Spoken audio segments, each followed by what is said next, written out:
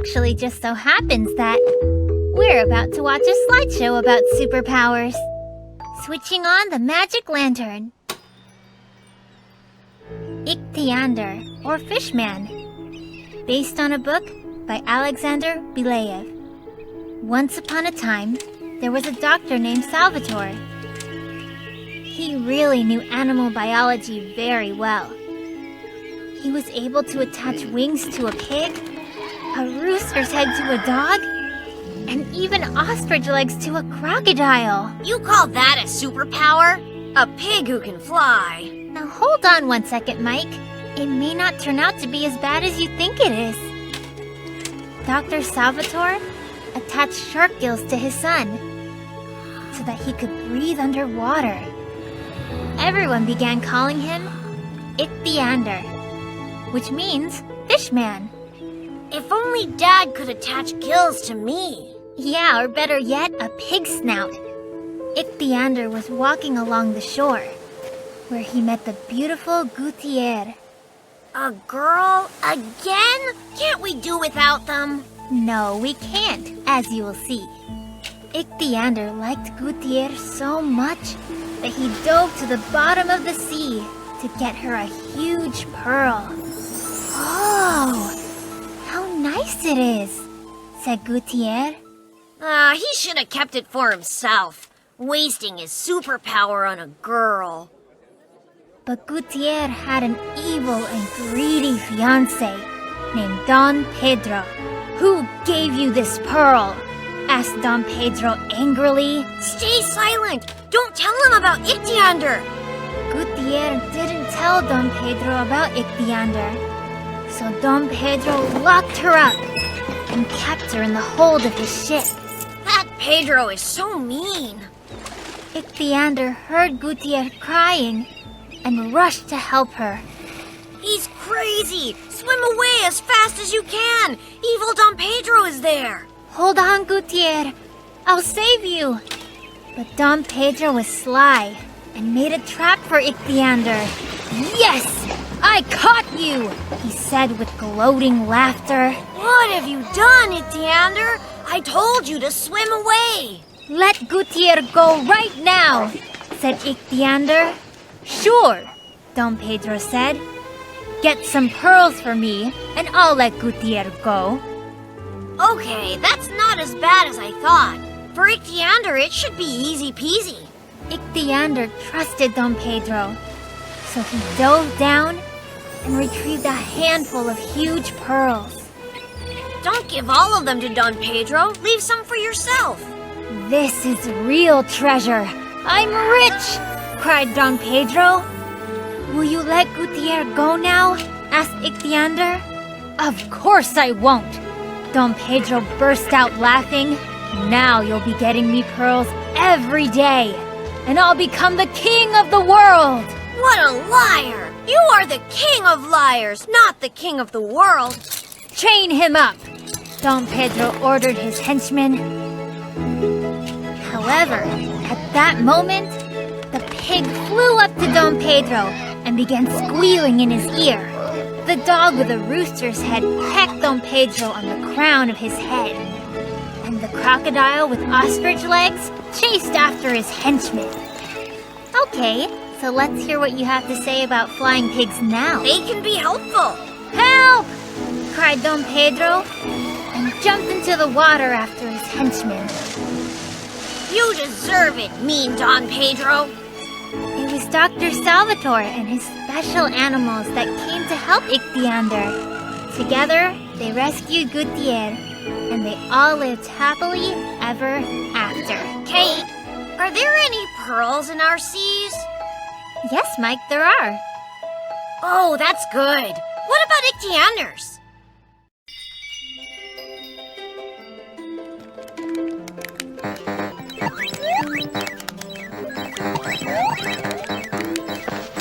Mike, turn off the video game. We're going to watch a slideshow. Leave me alone. I'm in the middle of a fight. In the middle of a fight? What's so bad about that? I'll defeat anyone. You'll see. They'll all soon fear me.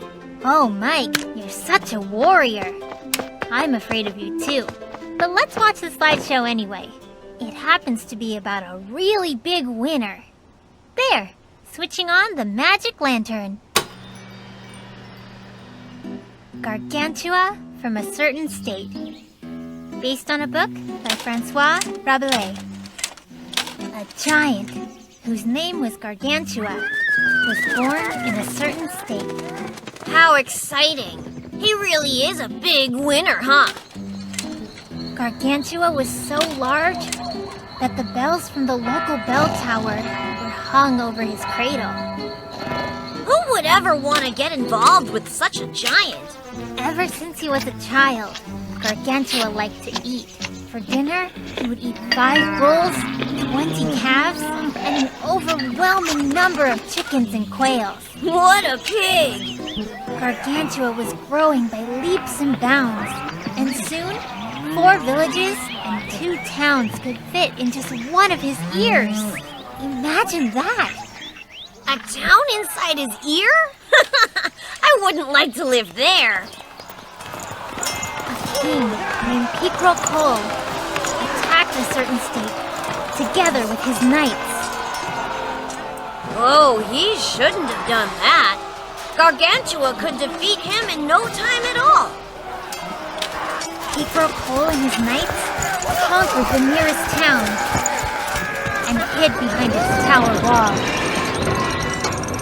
What's gonna happen now? However, Gargantua wasn't about to start a war. He had more important things to do, like eating and napping. Hold on a second. What about the battle? You see, Mike, not everyone is into fighting as much as you are. Half a year passed. By then, the knights had already eaten up their food supply and were starving. This is such a silly fairy tale. He's so big, yet he's going to be defeated soon. Gargantua ordered a big barrel of the hottest pepper. The cook then made 3 bowls of jam with it. Jam? With pepper? Hey! Hey, knights! Said Gargantua.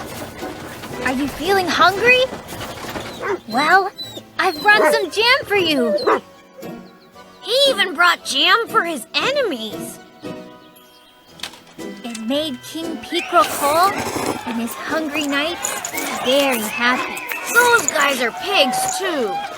Picro Cole and his knights began eating the jam. All they think about is food.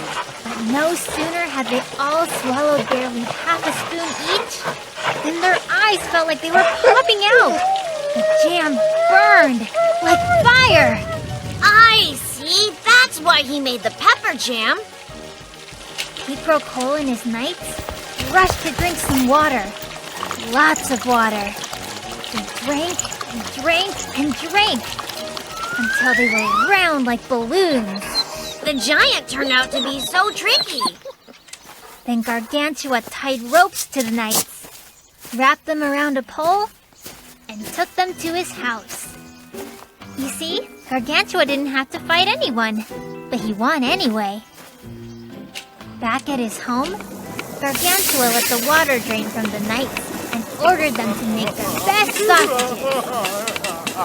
He also ordered Picro Cole to make an onion dressing. He even learned new recipes. When everything was ready, Gargantua threw such a famous feast for the whole world that we still hear about it today. Do we have any jam? Yes, we have strawberry jam. Why do you want to know? I declare war on you. I will defeat you. It's true. You should get ready for battle, Kate. You don't believe me? Switching on the magic lantern. Pathfinder. Based on a book by Fenimore Cooper. Pathfinder lived in a very thick forest. He lived all by himself. Most of his days were spent wandering around the forest, sometimes hunting, or looking for other sources of food. If you let a girl interfere with a story like this, she'll just ruin everything. In his spare time, Pathfinder would go to see his friends, who were members of an Indian tribe. The girl probably started whining. Don't go to those nasty Indians. They'll teach you bad things. The wise Indians taught Pathfinder their customs. By putting war paint on their faces and paddling in pirogues. Don't jump into the water. It's wet in there. And don't touch the paint. You'll mess everything up. One time, Pathfinder was walking in the forest and heard a terrible howl. Ooh, who's howling like that? Soon, Pathfinder saw a pack of gluttonous hyenas. They were sitting at the base of a tree, looking up and howling. I'm so scared, so terribly frightened. Pathfinder snuck in closer. A young girl was sitting in the tree. She was so scared that she was crying bitterly. You see? What did I tell you? She just got here and she's already crying for nothing. That's it. The adventure's over. Pathfinder quickly put on his war paint and cried, "Hey, hyenas! I'm over here!" The hyenas left the girl alone to chase after Pathfinder. What a move! At that moment, the hyenas saw Pathfinder's painted face. Squealing in fear, they ran in different directions. Okay, now forget about the girl and go to the Indians. Pathfinder helped the girl climb down. "Let's run away," he said. "The hyenas will return soon." No, not that. Why is he taking her with him? Pathfinder and the girl went to the pirogue that had been hidden on the shore earlier. The hyenas began running after them. Oh, great. She can't even run the right way. Pathfinder and the girl jumped into the pirogue and pushed off from the shore. Oh, they did it. One more ordeal awaited them on their escape. A turbulent waterfall. Well, that's it. The tears will start flowing again. Pathfinder bravely led the pirogue over the waterfall. It wasn't scary. It was even a little fun. Just like at the water park. Cool! I really want to do that too! Finally, they returned to shore. Pathfinder is so brave, the girl thought. And Pathfinder said to himself, "What a nice girl." Nice? What's so nice about her? "May I take you home?" asked Pathfinder. "Yes, you may," said the girl. And from that day on, whenever they wanted to walk in the forest, they would only go together. I got it. Now I know what girls are needed for in adventures. For the hero to have someone to save. All right then, Kate. I'll let you in on my game too. Okay, time to start crying. Intelligence, Mike, is your mental development. It's way more important to study science than it is to swing from tree to tree in your silly video game. So then, switching on the magic lantern. Journey to the Center of the Earth, based on a book by Jules Verne. Professor Toropegan always dreamt of making a scientific discovery in order to make the other professors gasp in disbelief.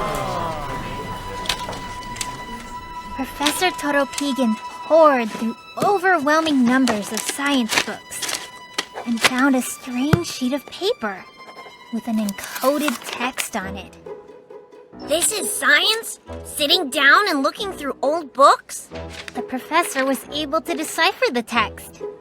It described what was needed in order to make a journey to the center of the Earth. Even more interesting, digging a hole in the ground. I have to find out what's in the center of the Earth. It'll be my great discovery! Exclaimed Toropegan, and started preparing his backpack for the hike. Well, I don't like to go hiking. Too many mosquitoes. The next day, Toropegan was standing near a volcano crater. Here began the way to the center of the earth. Forward! Exclaimed Toropegan and jumped into the crater. Yeah, I would never do anything like that. I'm perfectly fine with my video game.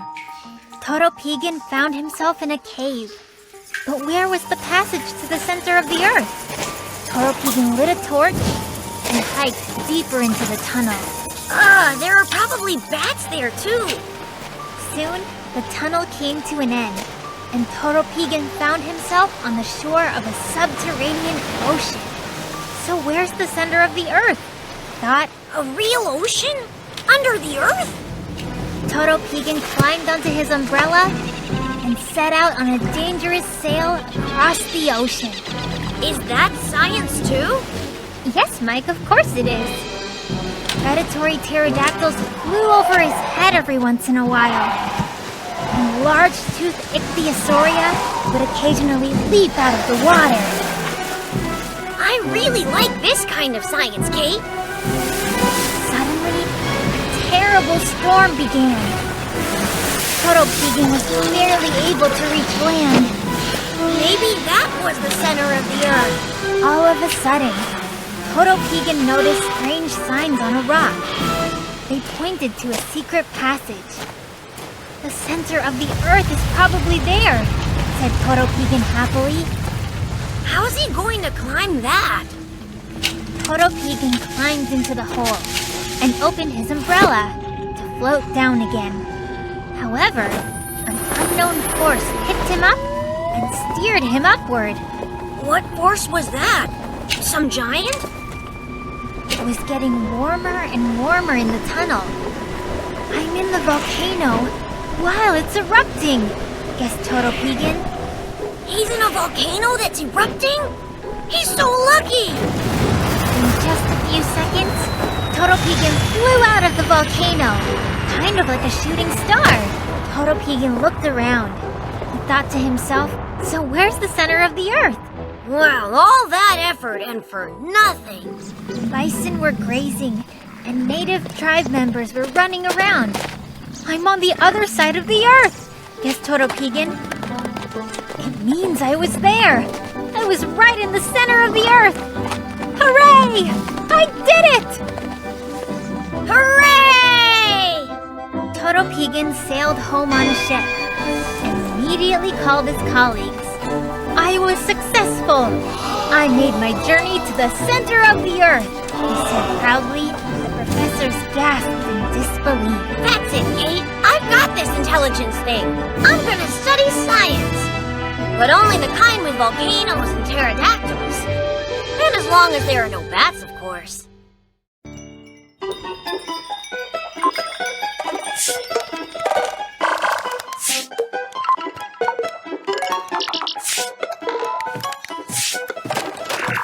Mike, turn off the video game. We're going to watch a slideshow. Kate, let's leave it for later. I just made it to a subterranean level. And what are you doing down there? Walking from cave to cave and catching monsters. Do you have any idea how exciting that is? Okay, that's fine, Mike. If you like exploring caves, how about we watch a slideshow about it? Switching on the magic lantern. Little Tom Sawyer, based on a book by Mark Twain. Once upon a time, in a small town, there lived a young boy named Tom Sawyer. Yeah, but where are the caves? Did he actually live in one? Like they say, don't count your chickens before they hatch. Even though Tom was a little boy, he was very naughty. However, everyone liked him, including Aunt Polly and his girlfriend Becky. One day, Tom snuck into Aunt Polly's kitchen to treat himself to sweet buns and found a thief named Joe already there. How did he know he was a thief? He could have just been a bummer, right? Keep watching, Mike. Don't get distracted. Joe was trying to steal the silver forks and spoons from the kitchen drawer. Help! Police! Come quick! Cried Tom without fear. What do you say now, Mike? He clearly wasn't a plumber.